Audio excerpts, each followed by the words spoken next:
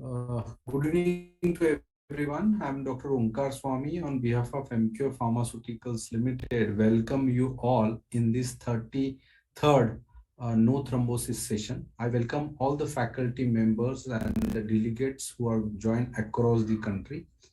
At the onset, it gives me an immense pleasure to welcome and introduce our course director, Dr. M.S. Hiremat sir. Sir has been a course director for this program for last 33 sessions. Sir has been a president of CSI in 2017. Sir has been a program chair of CSI Conference 2016 and convener for the National International Council of India from 2004 to 2006. Sir has given a lot of live angioplasty courses to many national and global interventional conferences and proctored many interventional cardiologists and has given a live courses across the globe. Sir has a great experience in a peripheral angioplasty, including legs, carotids, and iliacs. Sir has participated in a groundbreaking trials as well. Now I welcome our moderator, Dr. Jabir Abdul Kutti, sir. Sir is a senior consultant and director of clinical research cardiology at Lisi Hospital, Kochi. Sir is also working as a in charge of heart failure clinic and DNB training program in the same hospital. Sir holds other responsible positions like editorial board member of Indian Heart Journal, honorary secretary, Society for the Heart Failure and Transplantation, and secretary to the Cardiology Society of Cardiology Research Society. Sir has participated in many groundbreaking trials, including ACS Quick Registry, Kerala Acute Heart Failure Registry, Paradise MI study. Sir has a special interest in heart failure, ACS, intercardiac imaging, and physiology, and anticoagulants and antiplatelet therapy. I welcome Sir to this program. I also welcome our next course moderator, Dr. A. Srinivas Kumar Sir. Sir currently working as a director of cardiology and clinical research at Apollo Hospital India and Apollo Health City. Sir has been also professor of medicine at Apollo IMSR Jubilee Hills, Hyderabad. Sir has been a chairman of a FACT Foundations and course director for TCT India South Asia Conference. And Sir has a special interest in TAVI intracoronary imagings and past president of APCSI and past chairman of CSI NIC. I welcome Sir. I also welcome for today's guest moderator, Dr. P.K. Hazra Sir. Sir is currently working as head of the department at Department of Cardiology at AMRI Hospital, Kolkata. Sir has more than 24 years of experience in cardiology and many first to his credit, like first MRI compatible subcutaneous ICD, first ultrasonic shockwave therapy in Eastern India to treat complex coronaries, and many more. Sir has been a visiting international faculty as TCT Russia, BIT Bangladesh, and TCT TAP to South Korea, and AICT to Singapore. Sir has a main research interest in drug-eluting balloons, confirm RX registries, ACS Atlas TIMI trials, and drug-eluting stents. Sir has been a scientific convener for Cardiologic Society of Cardiac Intervention of Kolkata and chairman of CSI Kolkata Conference. And Sir has been a course director for TAVI and Structural Heart Summit in 2018 in New Delhi.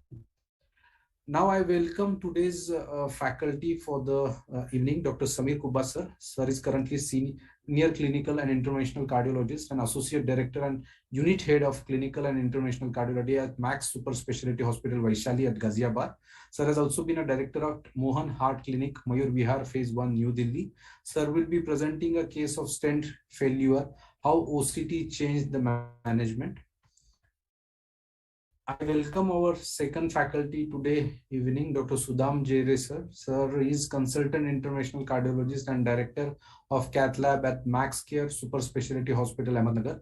He's an ex-consultant cardiologist at Krishna Institute of Medical Science, Secunderabad. Sir will be presenting bailout left main stenting of LMCA dissecting during elective PCTA stent to LAD. So with this short note, I will stop here and let's go to our first speaker, Dr. Samir Kubba sir. Over to you, sir.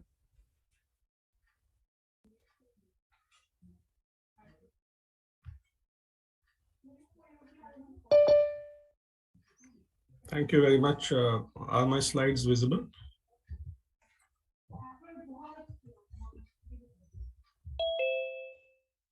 Are my slides visible? Yes, sir, Yeah, your slides are visible. visible. Yes, sir. Okay, thank you, thank you. So I'll straight away go to the case in the interest of time, and this is a patient whom we treated in January 2020 initially.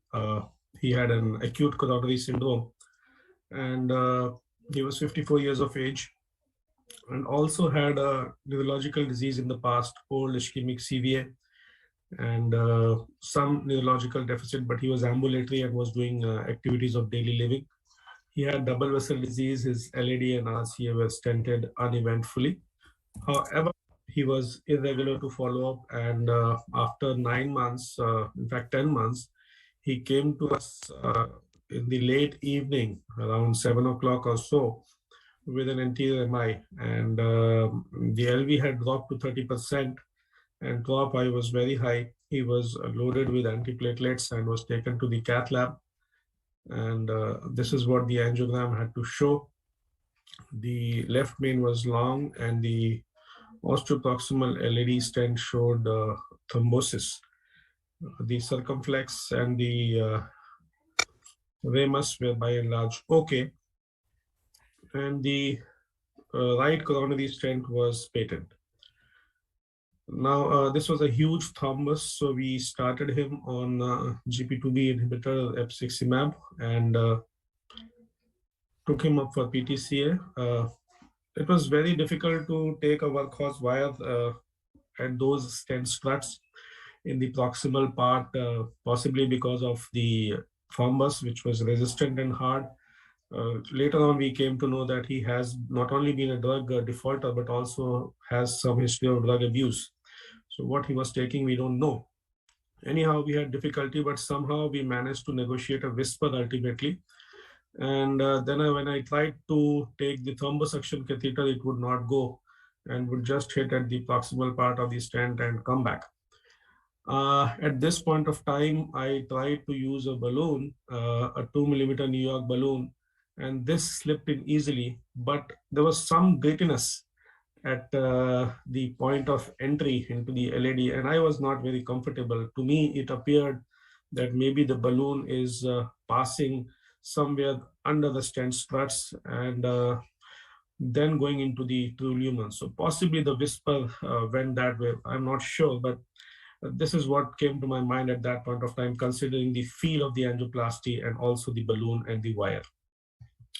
Then somehow I was able at this point of time, by the time epsiximab and other things and these jugglery was done, I was able to negotiate a BMW into the LAD and another one obviously into the LCX.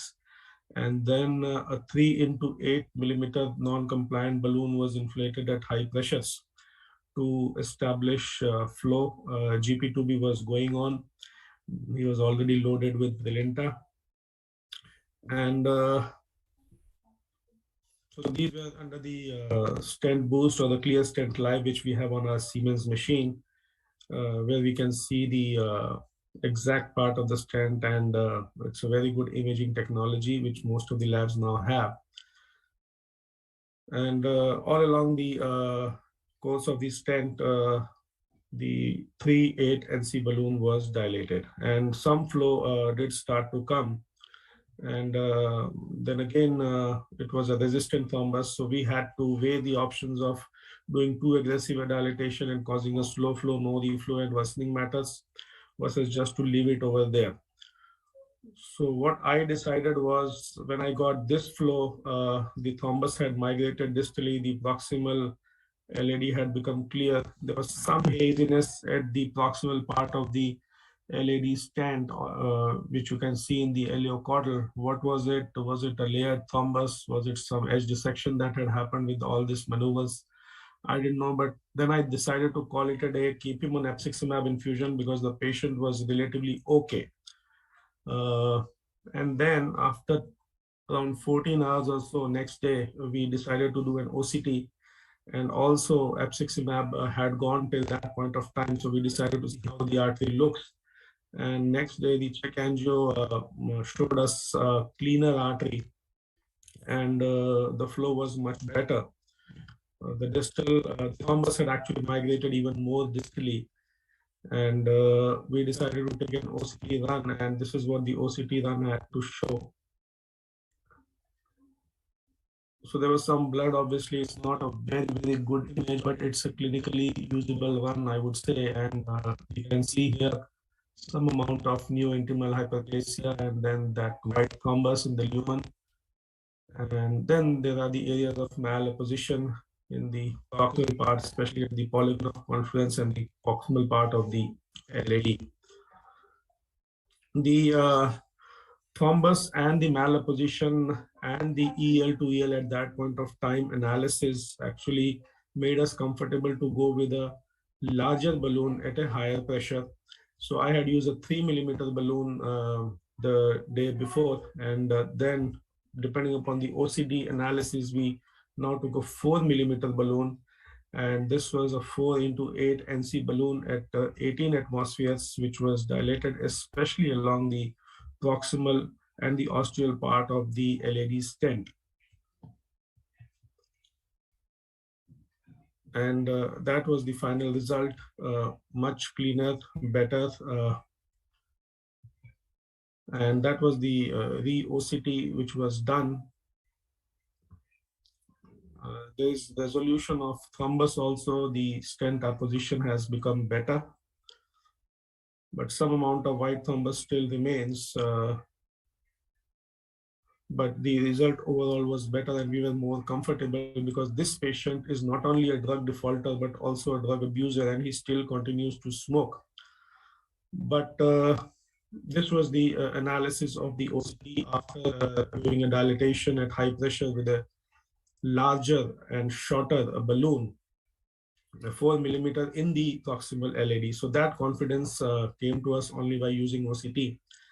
And we had a good final result. And this is now 14 months after the second procedure.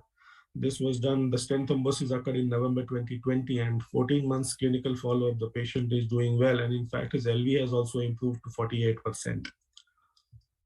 So the OCT is a good tool for stent failure cases. We all know that. And wherever possible, we must try to use this imaging technology, especially in a stent failure case, because it tells us what is the cause for the failure and what should be the treatment accordingly.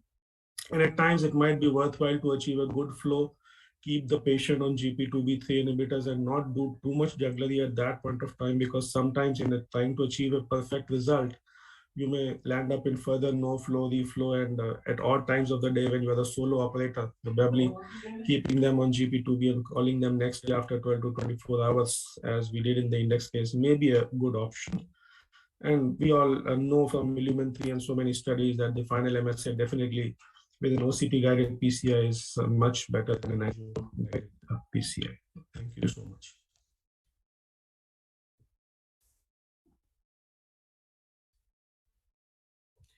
I think, sir, you are on mute, sir. Dr. Samir Kuba, very well done. I think every time we have a stent narrowing or thrombosis, we have to follow certain steps, and I think you follow all of them, like doing an OCT before and after, and then using GP blockers as well as ticlopidine. I think this is something which we must learn. How much was the gap between the first procedure and this one? 10 months, sir. 10 months. But this patient was a drug defaulter and also a drug abuser. His son claims that, so he was very irregular to follow up also. We had put in a 3 millimeter stent in the LAD in January 2020. And then in November 2020, he landed up with a stent thrombosis. So it fits into ISR thinking that, I mean, there was more thrombus, but basically it is an ISR. So what the thrombus was tells because you of that this. you should? So sir, what are your decisions? Sorry, sir. Sorry, please. What are your decision-making issues When to put a repeats another stent, or just do a POPA and give GP blockers. It is based on OCT in your case, right? Sir, in this case, because this patient I had treated myself in the past, the first procedure was also done by me, and we had the analysis, we had the data of what stent we had put in which artery, and we had a good result. So I was clear that possibly the reason for his thrombosis is his drug abuse, drug default, and other aspects. So in my mind, it was going on that let me just try to establish a flow in the late evening and then assess him what has actually happened by doing an imaging next day. Many times we don't have the luxury of imaging, and even at the end of the procedure, although the result looked to be good on the day one evening, um, and the thrombus had disappeared, but at the proximal part of the stent, there was some haziness which was still there, which could have been a dissection, which could have been a layered thrombus. So all those things I wanted to know. I did not want him to come back, at least from my technical aspect. If he continues to smoke and is a drug abuser, other things which we cannot control, obviously we can motivate him. But that was my reason. Let me try and see what exactly is happening. And I believe when we are using imaging, we should use more and more in stent failure cases, because we have seen that many of these stents possibly are malapposed, although they may not have clinical significance. But at times, in cases like these, patients who are drug defaulters, change of weather, who are not taking their antiplatelets properly, are smoking, possibly in them a better stent expansion and the better MSA with the imaging may be a better thought than to just do an angio-guided PCI. So in the first procedure, you used a 3 mm diameter. And Yes, in the sir. second procedure, you used a 4 mm diameter. So Balloon. that is a big jump. What Yeah. sort of gave you courage to put 4 mm balloon, a non-compliant balloon, the second time? And why, retrospectively, do you think you should have used a bigger diameter stent during the first time, during the first procedure? So here the OCT gave me the confidence to use a 4 millimeter balloon. The EL to EL analysis on the OCT and the stent under expansion, malapposition, possibly gave me that confidence. But to begin with, when I did this procedure in January 2020, I did it without imaging. And I also stented the RC, and the RC was okay. So that was a fluoroscopic and angiographic analysis of the diameters of the vessels, which probably, I believe, were okay from my side, because a post dilatation with a 3.5 balloon was done. But what happened here maybe was an intrinsic hypercoagulable state or something related to the stent. But what I wanted to actually emphasize over here is that you land up using larger balloons and also try to achieve more with an OCT when compared to a fluoroscopic guided PCI, and especially in stent thrombosis like this, and in a location where the stent was in this patient, this kind of a patient, I believe I had to go up to about 16, 18 with 4 millimeters so that he doesn't come back, at least from that technical issue. I think ostial LAD is one such area.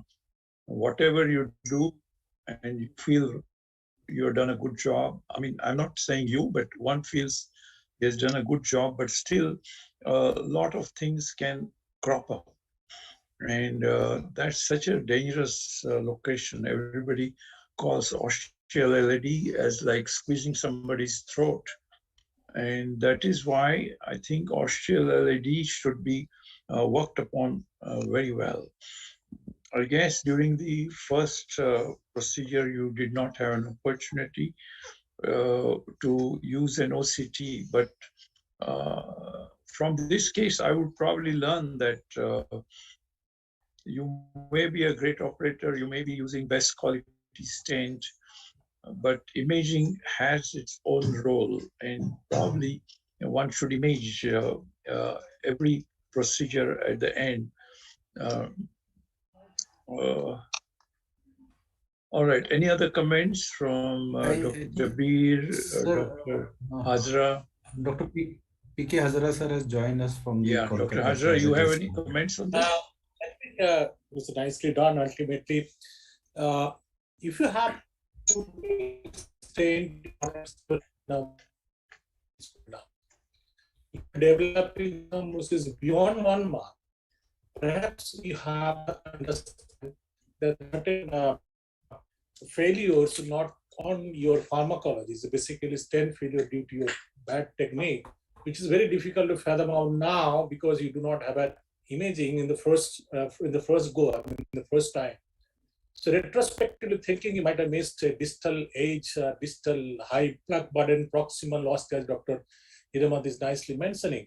And if you really want to treat LED ostia, you have to come into the left main. In this case, either you have missed the LED ostia or you are in the left main. There is nothing in between.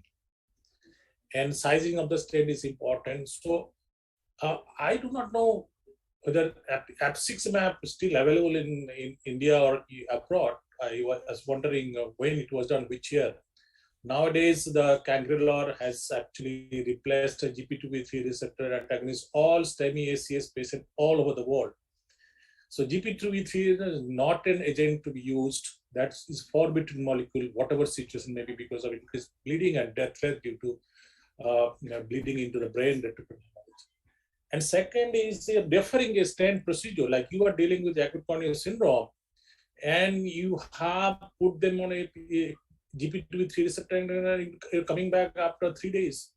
So for some people, tomorrow is just another day, but who knows, the patient will die next day. So you fix it on the very first day rather than waiting for the second day or third day. So I would have fixed the same thing on the very first day, and I would have imaged the left vein, they put a stent, longer stent, would have come into the left main. That's how I would have done it. Thank you. I'll answer those questions one by one, sir. At the first go, the lesion which I stented was a proximal LAD and not an ostial LAD. Definitely the stent did come back up to the ostium, so I don't have that images to show. It was a proximal LAD with a good amount of space from the ostium. Second, the issue of doing a redo procedure, I did it after 12 hours. So it was late evening, 7 o'clock when the first index procedure was done for stent thrombosis. And next, maybe 16 hours. So next morning around 10 o'clock, 11 o'clock, because I was also worried I cannot keep him long on GP2B with a sheath in C2. And I wanted to fix it as early as possible. And because he was hemodynamically stable, I was the alone operator at 7 o'clock in the evening with the busy cath lab day. So we had established a flow and patient was stable. So, and regarding the use of GP2B3 inhibitor, apixaban, yes, it is associated with bleeding complications, but it's very handy in certain situations where you have such a resistant thrombus. In fact, even the wire was not going, and this was somehow crossed, which I believe crossed underneath the stent struts and went inside. And then after that pharmacological jugglery with apixaban or maybe the thrombosection or whatever happened, I was able to at least cross a wire. And so these are certain things. Definitely imaging in an osteoproximal LAD, retrospectively, I feel, as Dr. Hiramat and you have suggested, definitely I should have done that imaging. But this index episode happened after 10 months in the setting of a patient who has been a drug defaulter and also a drug abuser and a smoker. So, and possibly using prasugrel in this case was not feasible because he had an old CVA. So these certain aspects were going on in my mind, and I treated it this way. Yes, IV cangrelor.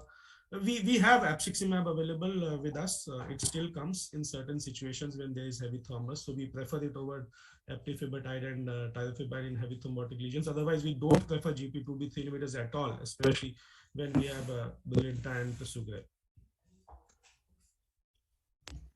See, when you decide to put a second stent, the diameter of the second stent is almost always bigger than what you have put during the first procedure.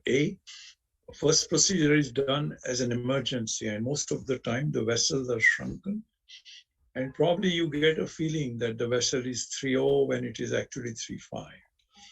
So I would probably feel that whenever we are stenting in an acute setting, should probably be a little bit liberal on the diameter, maybe half diameter bigger than what a conventional uh, angio is showing. But I would probably feel, or did you ever think to bring the stent back to left main as Dr. Hajra is suggesting? I mean, whenever there is an osseal stent is stopping at the osseum, we always think a few millimeters into left main.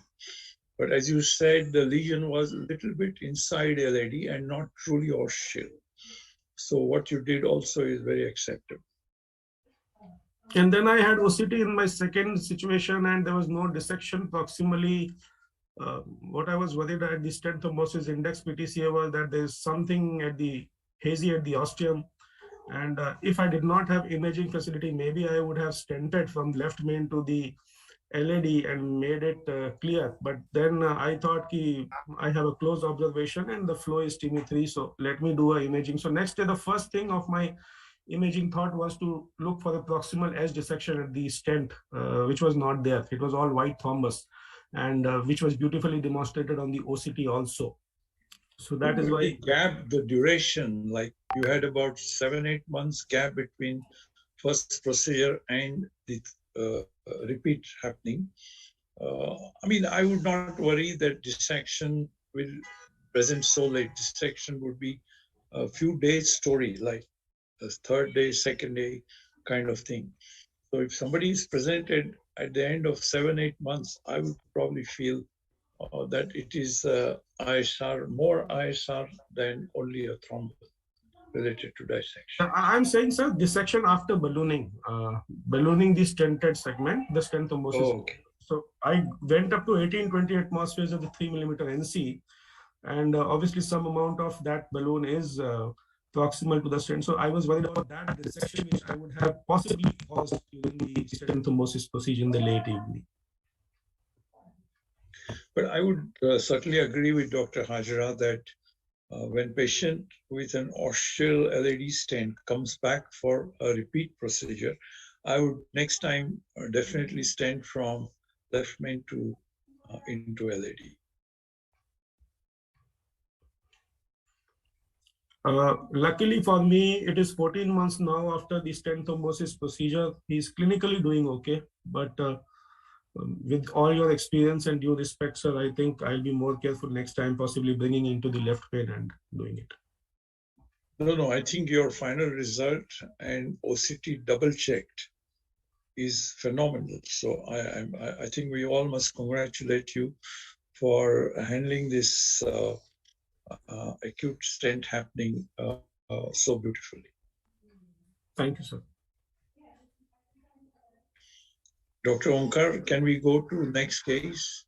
Yes, sir. We can move to Dr. Sudham Jere. Dr. Sudham, over to you. I think your mic is off.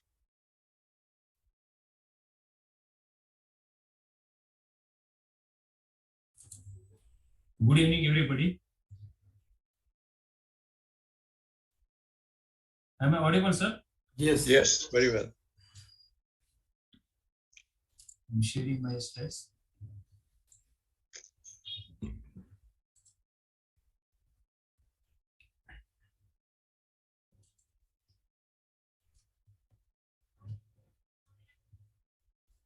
So this is a. Can you go full screen, Dr. Jare? This is the full screen, sir. We can't see full screen yet. You can just make it full screen.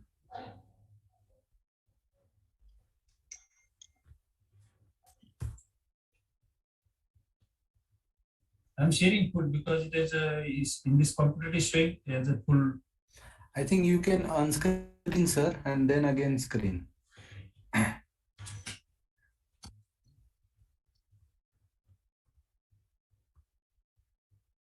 You can share again, sir.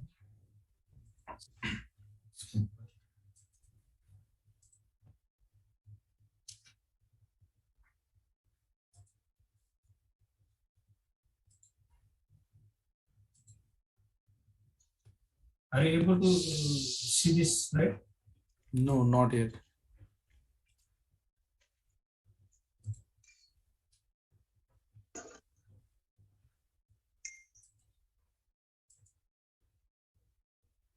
I'm not seeing the option of screen share. You can go below. There is a green arrow at the bottom of your screen. Now, right now it is coming back. Join meeting, sign in. No, don't go. You can just go to the what you call as you can go to the logo of this Zoom, and then you click. Yeah, go ahead.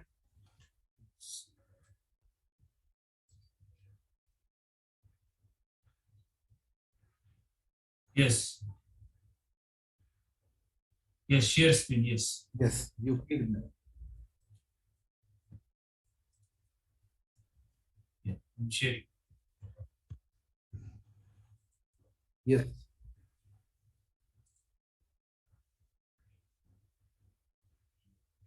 तो बड़ा कर दो उसको मत कीजिए no. वो slide show correct. Yes, now it's okay. Okay. So you got it. Yes. So this is the bailout left mean stenting. I was doing elective PTCA stent to LED, and there was a dissection. So not a great case, but patient was saved. So I thought I will discuss this case in this forum. So this was a 52-year female, came with unstable angina. Her LV was normal. She was a non-diabetic, non-hypertensive. Coronary angiogram done by radial group. It was showing proximal to mid LED long segment, 80 to around 80% stenosis. There are multiple lesions which were long segment. So plan was I will do 2 stents. Basically, it was a 50 case of our center at that time. So this is the angio of that patient. EF was 60%.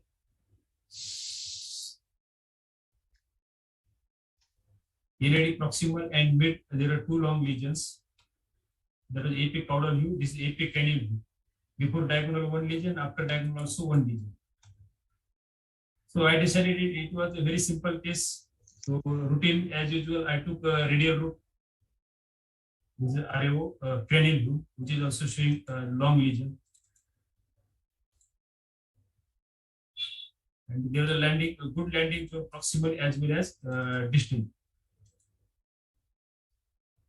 Here I took, generally when we go by radial route, we prefer EBU or XB catheter, but there was a limitation, newly started center, there was JL was available, I took JL3 6 French. So radial route 6 French sheath, 6 French JL3 guiding catheter, run through guide wire. The lesion was pre-dilated to by 12 mm balloon. This is the run through wire in distal LED. Wire was nicely placed. And the pre-dilatation was done that video. It was done in fluoro and it was not saved, but that was dilated. And this is a long stent, 2.5 by 36 mm Indian drug-eluting stent. It was good. So it was deployed, but proximal part is under deployed. Anyway, I thought I will put one proximal stent and then I will do post dilatation.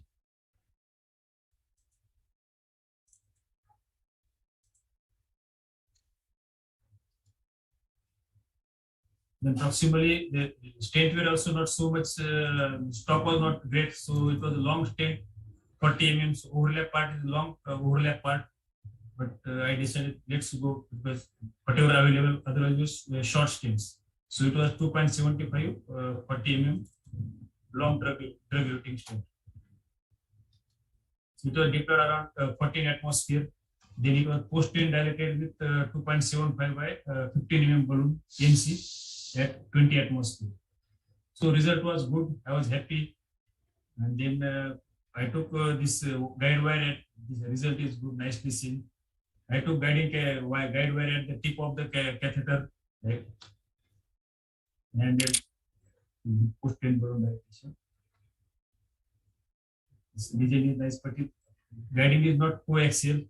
And here I took one shoot and there was a left main dissection. Left main dissection, there was no flow. Patient pressed on table. Then our all team started doing CPR, all those things. But luckily that guiding was there. I have not allowed to remove it. Patient was moving her hand. But still, we managed. I managed to put same wire inside and put one emergency stent 3.5 by 15 millimeter. 24 mm. 24 mm from left main to iridium. CPR was going on. Patient was arrested. Bradycardia, all those atropine and everything was going. Then flow started. Emergency intra-IABP was inserted. Then to shoot. That actually those images it was done under fluoro, so not able to save. Left main to iridium is fully right now stented.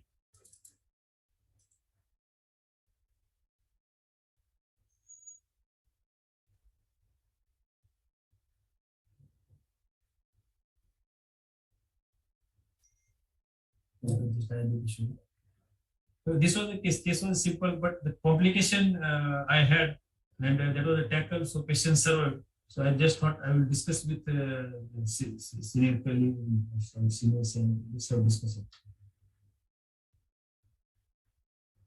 Patient survived. She followed with till 2017. I was following her 4 years next. So she was doing yearly. She used to undergo stress test. It was negative.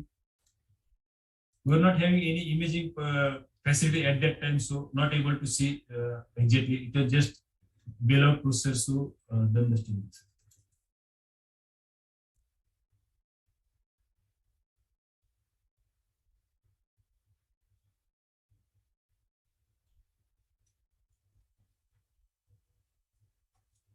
Thank you, sir.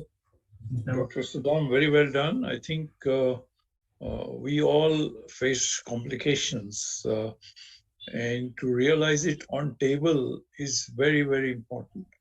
If you had shifted this patient to CCU and then without realizing that there is a dissection in the left main, I think it would be a certain disaster. To bring a patient back from CCU to cath lab to get a guide in and to get the wire in.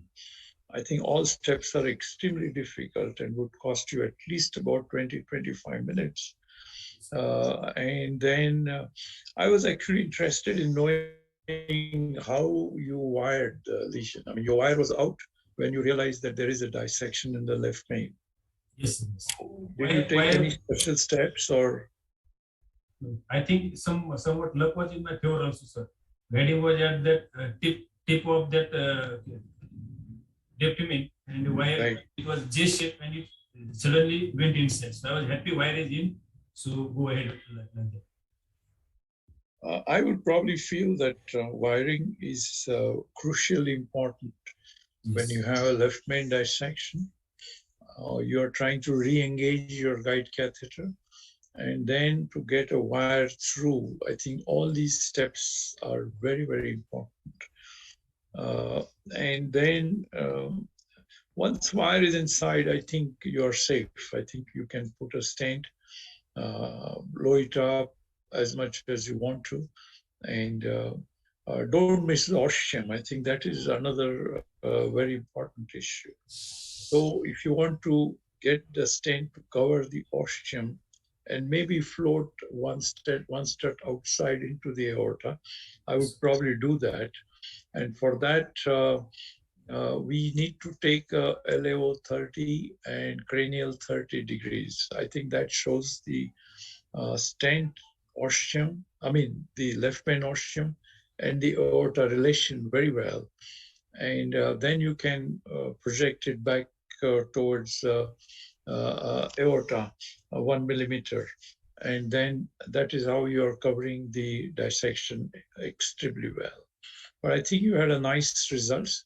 I think Dr. Jabir had joined us. Jabir, you are champion. You are champion at left main ostial positioning. Okay. So Good evening, Dr. Any of your thoughts? Yeah, Sutam, yeah, it was a very, very well managed case. I can feel that chill which has passed down your spine when you saw that thing, especially when you don't have the wire inside the vessel. Without the wire, it was Actually, this is a very important issue, Dr. Jabir. Yes. That I think you should go back and check the last picture where wire is inside, and then you are taking a picture, whether that showed dissection. However, Dr. Jabir, we must compliment Dr. Sudham for at least picking up in cath lab. So many times you would miss it and you would shift the patient to CCU and patient would crash, and then you're trying to, it's a big struggle. So I think key was to identification in the lab. In the lab. Before his guide was out. Once the guide is out, you are in real trouble. And I think you picked it up very well. You managed it very well. And as Dr. Hiramat was saying, time is the most important thing. These type of patients won't give much time. Here also, he went into arrest. There was a significantly decreased flow in the LAD. The stent was almost, there was no flow in the stent. Immediately within 2-3 minutes, the stent will get clogged and then you are in trouble. As you rightly pointed out, had you shifted the patient to the CCU and there he crashed, then I think then it's fighting a lost case. The battle is a lost battle already. You did fantastically well. And I was also wondering, how did you manage the wiring? But sometimes it is just like the Maradona's hands of God, it goes in. It goes in. It is that patient was destined to live and it goes in. And you managed it very well. It was in 2013. That is what I saw. That 2013 or 2012. 13, sir. 13. It was initial at our setup. Yeah. Initial 50 patients. So your initial years of intervention. Yes, sir. Yes. Very good. Your heart rate might have gone up to 140, I'm sure. But 6 months back, I have lost one patient of left like this, sir. But this time I was firm. I will not remove the guide catheter. That time I lost that, and I lost the patient 6 months before this patient. Right, and all interventionalists. I don't think there is any interventionalist who has never dissected a left main. At least 2 or 3 dissections. If the patient, this interventional cardiologist has been doing cases on a regular basis, then I'm sure that once or twice, not once or twice, we all come across left main dissections. But as you said, managing it, identifying it, managing it, wiring it, immediately secure the flow to the LAD, then post-dilate it and covering the ostium, adequate size. Here you put a 3.5 into 24 and post-dilated with a 4 millimeter balloon, isn't it? Those times, yes, imaging was not available. Right. Most important thing is you have to oppose the stent well with a higher size, large size balloon. And the proof of the pudding is eating it and the patient is still alive. He is under follow-up. Well managed. Yes. Good. Thank you, sir. Dr. Sudham, this ostial positioning of the stent, left main stent, what are the ways, Dr. Jabir, you can give your inputs to? Which angles do you take? I would like to prefer a iliocranial. Iliocranial is the one thing where you can see the exact ostium and the stent protruding. I may keep one strut outside the left main ostium, maybe protruding into the aorta. There is the aorta ostial position. If there is too much protrusion, then your guide can damage the stent. The next time when you do an intervention, it will be difficult for you to engage it with a guide catheter. So one strut outside the ostium, that may be the best thing. And iliocranial is the view I prefer. Iliocaudal may not give. Sometimes, in some cases, even a PA caudal may help, or even a shallow RA view. But I prefer a iliocranial to confirm the position. here you don't have much time. You have to put in. So I would go for I'll put in the stent, wire, put in the stent, go to the LA cranial and blast it, and go to the maximum size I can get, the distal LED can afford. So I may go it up to a 12 or 14 atmosphere pressure, come out, then go with a 4 millimeter balloon and go blast it up to 20 or 24, especially at the ostium. Dr. Sudham, at the end of everything, I would like to think why we dissected left main. I think that is also very important. Yes, sir. So that we don't dissect. Was it an oversized EBU catheter, or it was just that you remove the wire and the catheter changes its relation in comparison with the left main ostium. So catheter sort of starts looking more to the roof. So previous few injections, when the wire was not there, you did not dissect.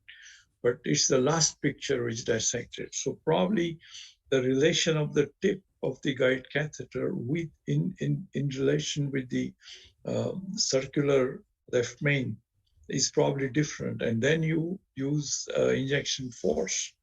That is the reason for dissection. So I think we must learn that if the vessel is sort of looking like this, you imagine that this is the direction of the vessel. The guide catheter should be looking sort of parallel to the lumen and not look to the roof. If it starts looking to the roof, which happens very often with an EBU catheter, then if you inject like this, then you dissect. So this was jail catheter, sir. This was jail catheter, and it was by radial route. So we went into spasm, and as you pointed out, it was looking facing like this only, sir. So that time, actually, I have not checked pressure. That was my mistake. I don't know. That was damp or what. JL is the safest catheter you can have. It's, by radial route, sir. It was by radial route, and radial was spasm. That was my query, sir. No, what Dr. Jabir is trying to say is jail will probably dissect lesser number of times compared to EBU. Is that correct, yes, Dr. Jabir? Yes, absolutely. Yes. But was it jail through radial route? Yes, sir. That was jail through radial route, sir. Right radial, jail. Yes, sir. Yeah, lucky. No, why are you asking it again and again, Dr. Jabir? Because it's extremely difficult to hook the left main with a jail through right radial. Through left radial, of course, fine. But through right radial, I may not use we don't use jail through a right radial. It's always go for a left radial, we use the jail, and right radial, it is EBU or Amplites catheter. So if you have pre-decided that you're going to use a jail, you would do a left radial? Left radial. I will do a left radial. I think that's a news to me. I mean, I thought we all use radial and EBU as well as JL. JL, okay. I may use a JL only in case of an aberrant origin of the left, which is a higher up origin, or sometimes I may use a JL sometimes for a right coronary artery which is rising from the left sinus. But I found it maybe due to the fact that I have not been using JL through the right radial. What about Hazra, Dr. Hazra? What is your? Yeah, I think most of the time you use EBU catheter.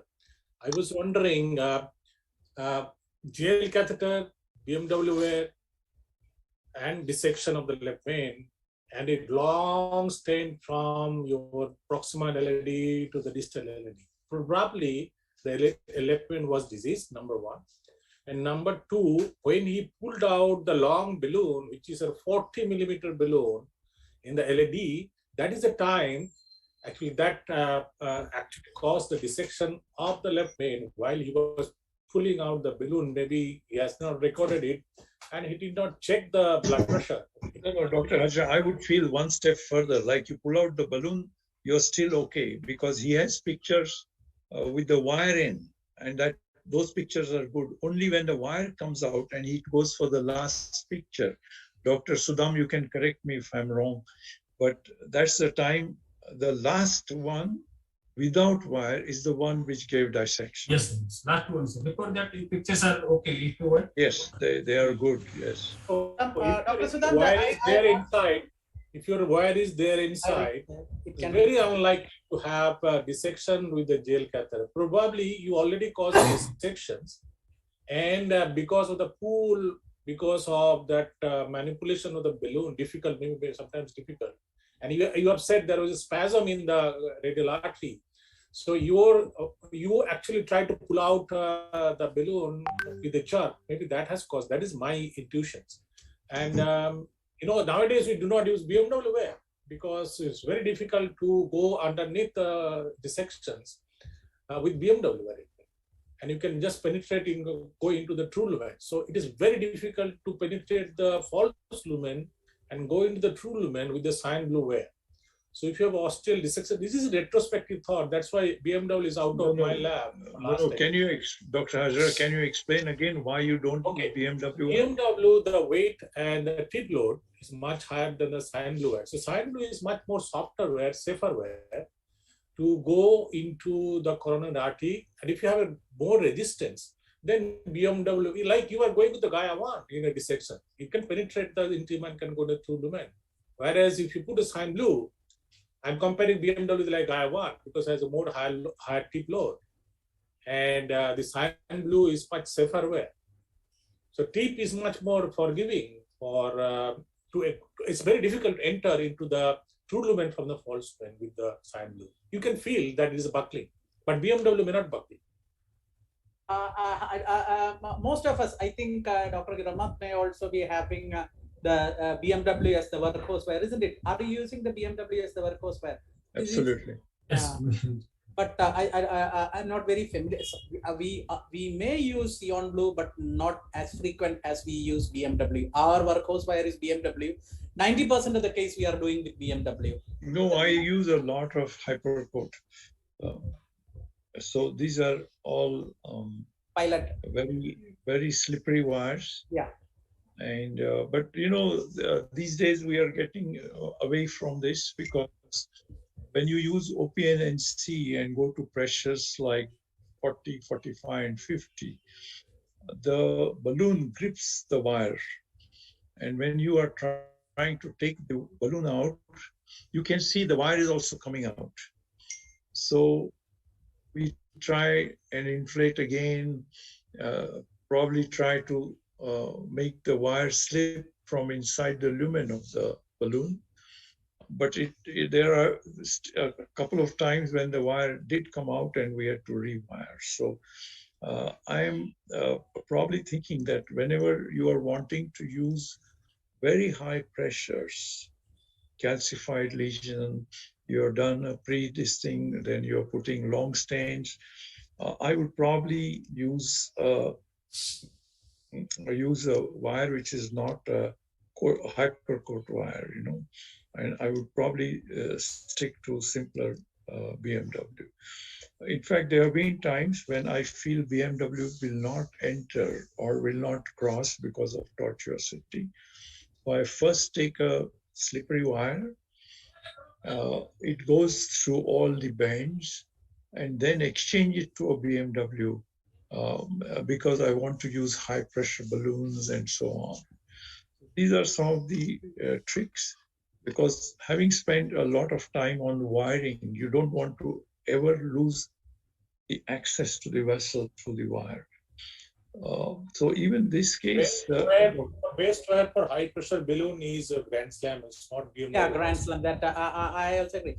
If we want to put in a long stent in a tortuous lesion and a high pressure balloon, Grand Slam, I use this BHW balance. Gripping of the wire is very common problem with high pressure. Even with the normal balloon, an Indian balloon, if you go to high pressure, that grips, it holds the wire so tightly, you will lose the access sometimes. Sometimes some people keep two wires. Like if somebody... yes, I do put two wires wherever I feel this is going to happen. So you first put a slippery wire because a conventional wire is not going. And once that has gone there, put a regular wire through through a Guidezilla kind of thing, and then have the slippery wire on the side, and then you can put a balloon on the slippery wire also. Can I make a small comment over here, going back to the reason for the dissection? Yes, in- please, yes. So I think, Dr. Sudham, you are using a JL3 catheter because yes. technical issues and the unknown, which is common in labs where we have recently started. And then these were two very long balloons. And what I anticipate that during the procedure, you would have had an issue of maybe hooking the guide again, the guide coming back and then hooking it again, because these are long balloons and you were managing it somehow. And again, through the radial approach, a JL3 catheter at times may not actually be very, very coaxial, or you may have to manipulate it more often than a JL 3.5 or an EBU. And possibly at some point of time, maybe it hit the roof or during that manipulation and dissected it. And fortunately, it was at the end of the procedure and the wire was not lost. So these long balloons with a JL3 actually in that scenario possibly at some point caused that dissection. Dr. Sudham, I would also like to ask you, why did you choose JL? I mean, every time we have long length stents, a difficult case to be done. We are always with EBU. And my favorite is EBU or HB, but problem was we are having, because newly started cath lab, available only JL and JR. There are no EBU. But case was how many days we will wait till that material case. I thought let's do a simple case. That was my thought. So if you are doing the same case in 2022, you would. Right now, if there is, I will wait, sir. I will borrow from somewhere and I will go with EBU, sir, not JL. For difficult cases where you need a strong support from behind, correct. If you need a strong support, it's a EBU which is giving you the support. So I would probably feel that I think we do 95% of our cases with EBU, or maybe 99%. And just an occasional case where EBU cannot sit, we go to JL. Dr. Sudham, Dr. Sudham, but there was a blessing disguise. When he wanted to stent the ostium of the left main, I think that JL catheter was of great. It might have helped him. Otherwise, for EBU, it was a pretty difficult to keep it right. It will suck in and create an issue, and it can damage the stent and all. But here, the JL you can safely keep the JL outside the ostium and stent it. No, actually, if you had realized when the wire was still inside that there is a left main dissection, I would probably feel you should review the CD and check if there was a dissection when the wire was still in. I think you would probably get some kind of idea that yes, there is a problem in the left main. And if that's the time, if you had picked up, I think probably the stent could have been deployed very easily, very quickly, and no emergency would have taken place. But excellent case. I think we all learned a lot. I also thought your stent length was a little bit too much, means especially the first stent, you could have kept at least about 10 millimeters proximal. But then we are talking today after a long gap, and maybe it required the way you did it. I was just thinking of reducing the stent length. Yes. That was also a problem, sir. Yeah, whenever we sort of stent mid-LAD and beyond, you must think that you are not leaving an option to the surgeon. Yes. I had one case done in your city itself where the left main, LAD was stented right from apex with 238 length stent. There was an ISR, and gentleman put another 2 stents. Again, there was an ISR. So you have 2 layers of stents going from mid-LAD all the way to apex, and the surgeon when patient went for surgery the second time, he had no place to graft.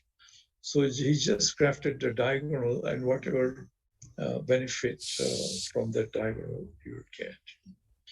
So I think distal LAD, I think try and think, this is not for you necessarily, it is just for everybody, that if you are going to stent distal part of LAD where surgeon is likely to give a Lima graft, I think the result has to be absolutely perfect because you are taking away the junction site of Lima to LAD, and probably it's not very fair to the patient.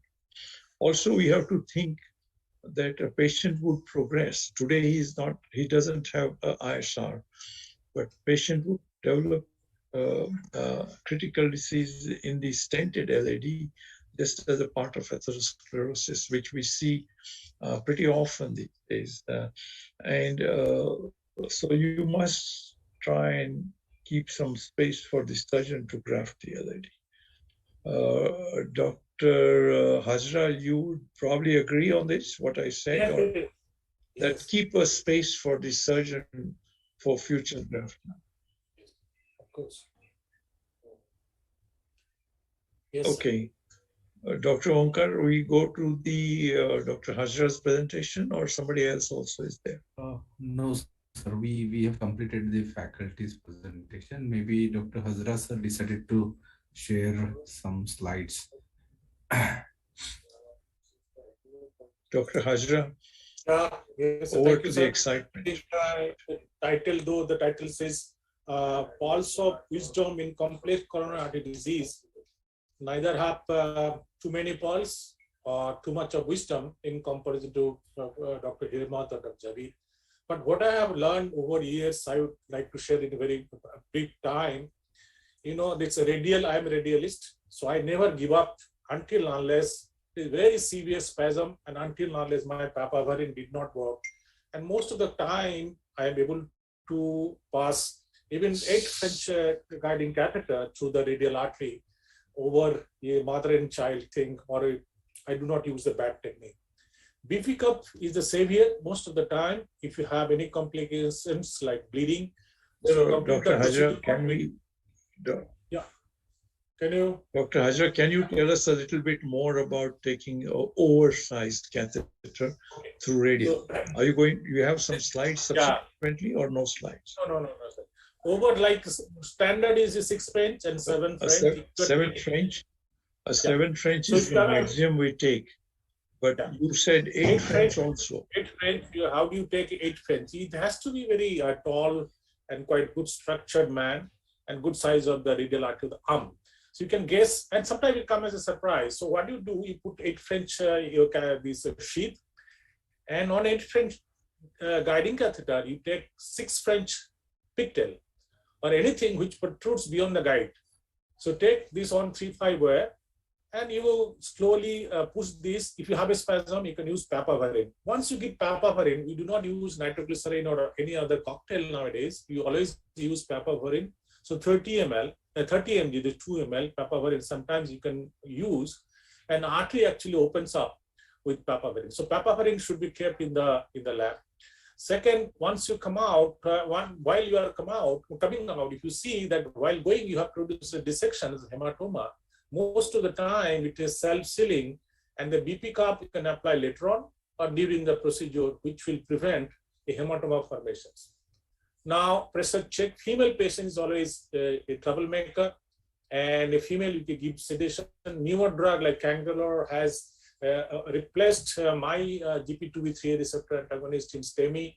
I'm avid user of Bivalodin argatroban, and Medtronic guide extension catheter for your device in difficult device, complex coronaries, or tortuous, calcified, post CAVG. These are difficult animals. And most of the time, your imaging, like the boost, does help in understanding the stent expansions or any complication like stent fractures, or whether you want to go further with the heart balloon. All stent, I post dilate. So preparation of the bed is important for Emirates.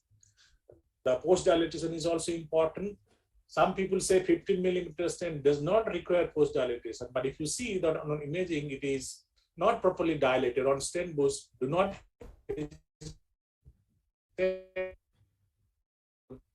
And always do it 3.5 or 2.5, most of the stent 2.5 millimeter can be expanded to 3.5 millimeter. So stent always, according to the distal the reference diameter, if your size is 3.5 to 2.5, proximally 3.5 and distally 2.5, always 2.5, and take it to 3.5, and most of the time you'll be able to do it. What we have learned also over time, it is not only the stent, it is a polypharmacy. Like you load them with good drugs and follow them up with good drugs like your diabetic medicine, PCSK9, or a compass like if you're just treating these patients on medical therapy. Most of the stents in chronic stable angina require only 1 month of DAPT, and we are moving towards a simpler regime. And imaging, as you know, that angiography is not sufficient, IVUS is not sufficient all the time, and OCT was not sufficient. Sometimes you need all of them. For left man, if it is too large or too small artery, then OCT perhaps is not the answer.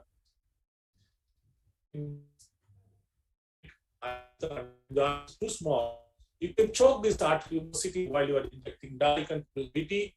But if you do not have all these, it is the best for your imaging. Angiography is actually losing its base after the trial or newer trial, a trial, the trial. So if you think somebody needs an angiography, go away. If you think the IVUS shows great, the small MLA, a huge plaque burden, or OCT shows a vulnerable plaque, I do not hesitate, especially in the setting of acute coronary syndrome. So less and less reliance on the FFR, IFR to decide to stent, not to stent, but it is always sometimes complementary. But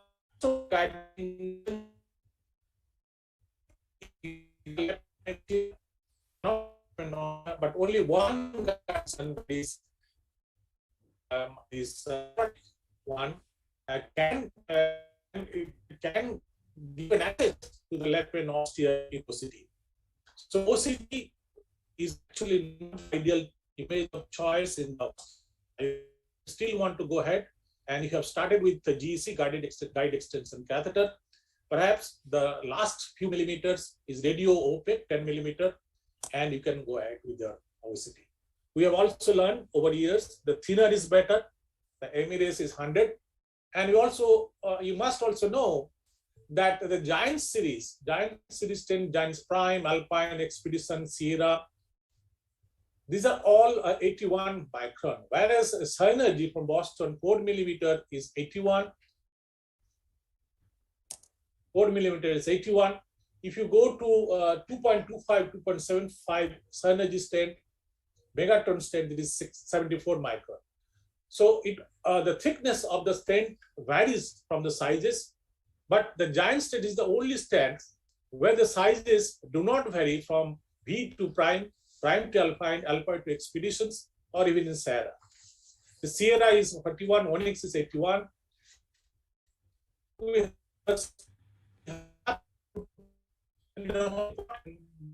start is 90. Is 9 micron. You have to know your stent. Over the last 20 years, from the paper by shows that is exactly 10.8%. Exactly 10.8% in 54 lakh patients over last 17 years. So in last 17 years, the stent has improved, the technology has improved from durable polymer, permanent polymer to polymer free, but the ISR rate has not changed. So what can change this ISR rate to a single digit? Perhaps the imaging, which was not done so frequently in the past, but there are certain things which cannot be changed, the process of atherosclerosis. So new drug like PCSK9 perhaps can decrease the ISR rate, and the research is going on. So this field is completely unknown. Why 10.8% there in 2012, 2013, 2015, 2016.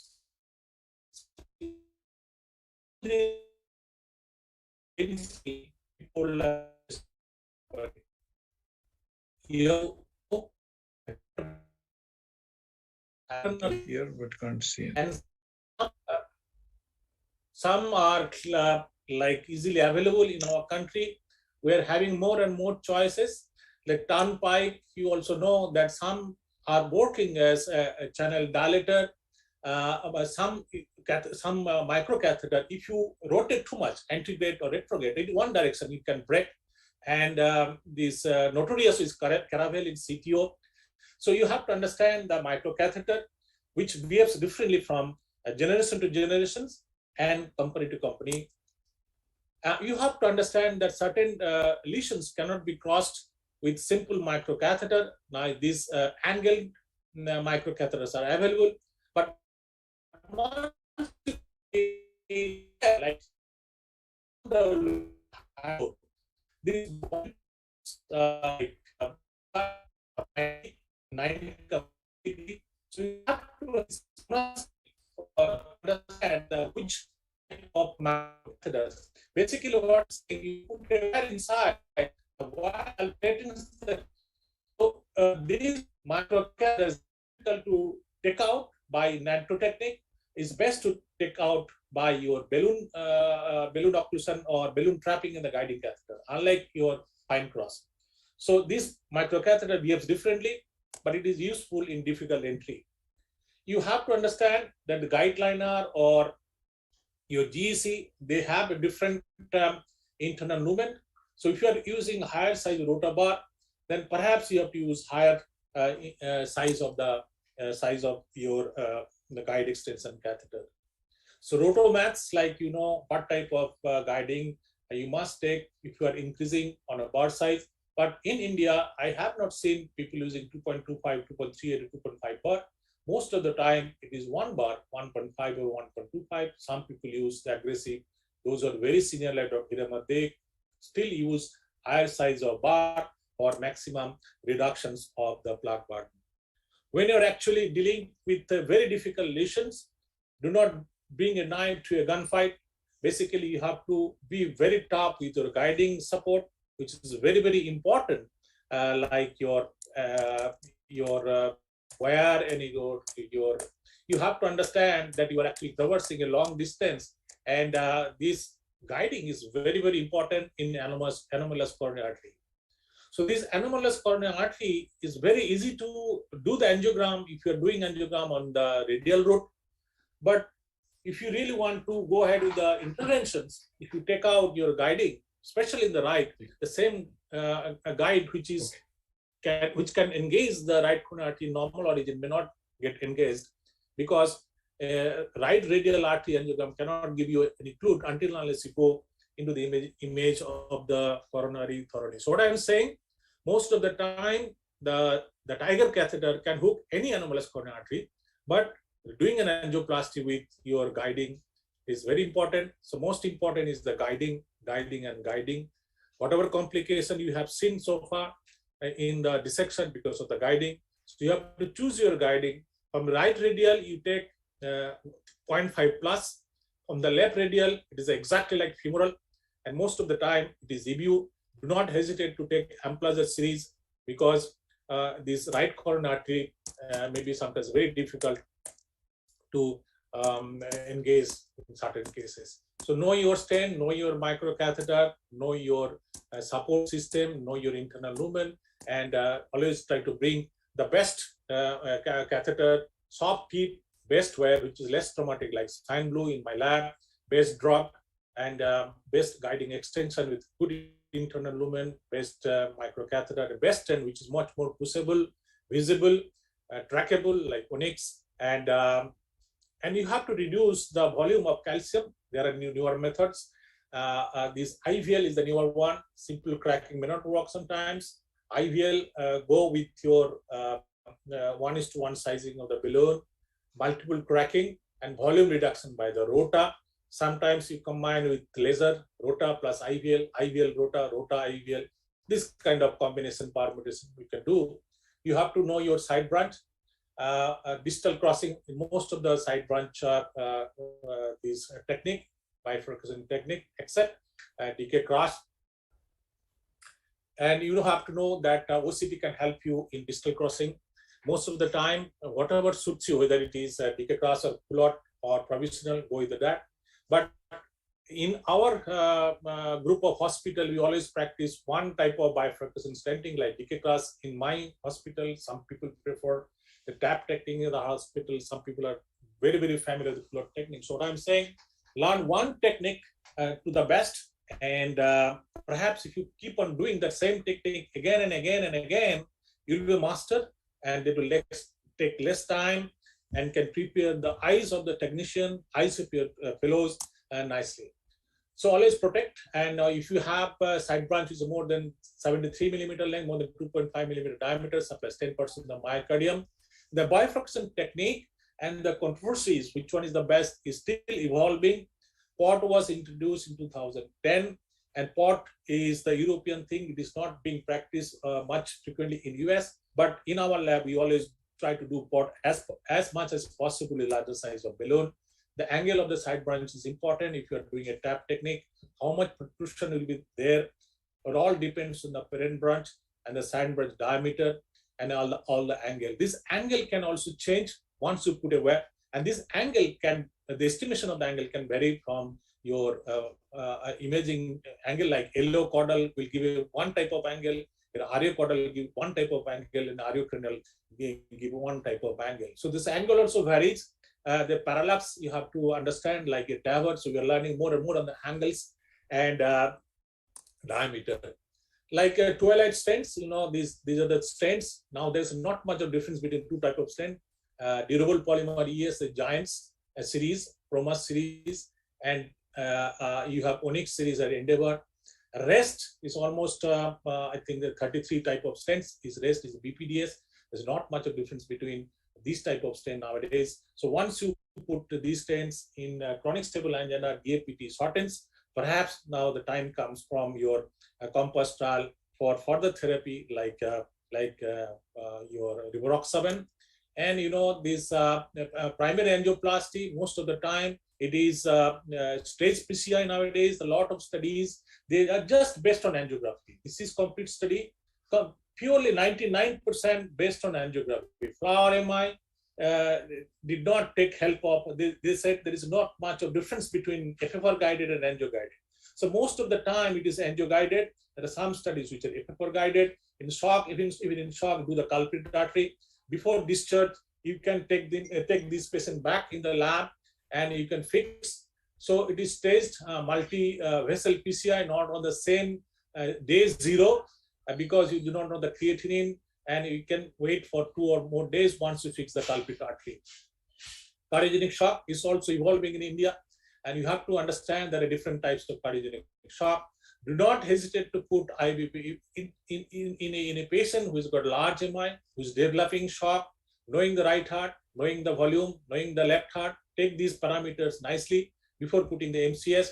The IBP still works, and you have to put, before you put any gadget in the coronary artery. That's what I have learned in the last 25 years, that IBP should be there, prepared, access, and you start working on IBP before you put even a balloon, because once you put a balloon, there are distal embolizations, and there may be catastrophic consequences, and you cannot, you lose the game very rapidly. So Impella is the new thing in my lab. I'm not, like in eastern part of India, is still very costly. We are the first one to do it. The degree of support proves to be adequate for the cardiogenic shock phenotype. The period of support is should be free of complications, major bleeding, access site complication. The young people should know how to enter, how to exit the vascular system. There are different techniques, different gadgets available. You must know that. But manual compression so far is the best compression for exit of any arterial injury or any arterial entry. The device should not be placed too late in the course of therapy. Is already should not be already on fire, and the in organ dysfunction starts, like lactic acidosis, the creatine start rising. So with that, I would like to thank you for your kind attentions. Whatever I have learned in last 25 years, very small presentations, but I hope this will be useful to you. And this will be much more beautiful once Dr. Hiremat and Dr. Hiremat adds his spices and Javeed adds some spices on my talk. Thank you, Javeed and Dr. Hiremat, sir.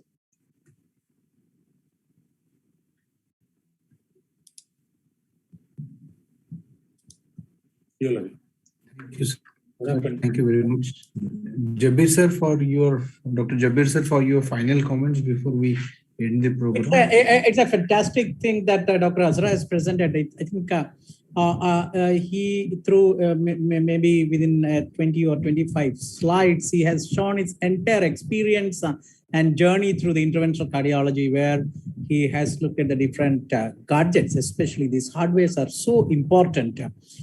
Thorough knowledge of the hardware is one most important thing that differentiates an ordinary interventionist from a brilliant interventionist.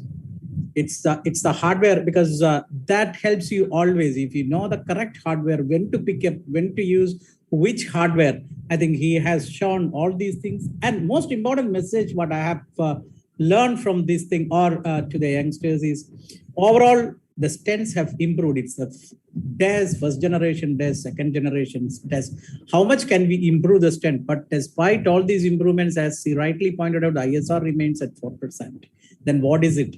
What can reduce the ISR? I think it is the operator now has to change. It is the way, how do you put the stent? It is more important than the stent, because all stents are good. Almost all stents are equally effective, equally good, same strut thickness, same material, excellent geometry, excellent radial strength. So all these things are for most of the stents available right now in the market. So now the difference can be made by the operator. If you go for the optimal stenting, that is the one thing that reduces the stent failure. Is that what you wanted to tell, Dr. Hazra? Yeah, nicely summarized. Like as you have rightly mentioned, the ISR has not changed, but we have to change rather than the patient changes themselves. They'll continue to smoke, they continue to come late, they continue to come with multi-vessel disease, they continue to come with small vessel. So those things cannot be changed. So we have to change ourselves, our thought process, our these intuitive technologies, the modern technologies, our expertise, experience, sharing knowledge, and conversations with the juniors, conversations with the seniors, educations, artificial intelligence, gathering knowledge. There's so many things we can still do. There is still a lot of things to be done to improve the outcome of very simple procedure, but sometimes it can be devastating. And continuously acquire knowledge and continuously learn from other people's experience. That is, I think, that is the most important thing in interventional cardiology. You learn every day, every discussion, every case you see, every discussion you hear, every discussion you are a part of it, you learn. Your insight improves. So continuous learning process. I think that is the key to the success of every interventional cardiologist. And I think Dr. Hazra has taught us a lot of things in a very short span of time, from the various stents to the different guide catheters, the guide extension catheters, the different wires, the different micro catheters you use, whatnot. Very difficult to memorize all these things. I think each of us can remember only a few of the things, and you can have only a few of these things that on your shelf also. But knowledge of all these things is important, and I think people have to intelligently select those catheters and those hardwares which should be on your shelf, and at times you may require one to save the life, and that is where it makes a difference. At times the availability of one thing is quite important to save the life of a patient. What happened to Dr. Hiremat? I think, sir, he lost connectivity. It seems, Okay. I think, sir, with this note, we will come to the end of this program. I hope we can stop at this point of time and call for a day. So I thank our course director, Dr. Hiremat sir. I thank our moderator, Dr. Jabir sir and Dr. P.K. Hazra sir, bringing out some pearls of wisdom. And I also thank our faculty tonight, Dr. Samir Kubba and Dr. Sudham Jere, for presenting two interesting cases and bringing and putting forward a lot of discussion. So with this note, we'll stop here. We'll catch up after 15 days and with 3 more cases and 3 more presenters. Till then, have a nice time ahead. Thank you. Thank you very much. Thank you. Good night. Bye. Take care. That is the most important thing now. Take care. Thank you. Bye. Thank you, sir. Thank you all. Good night.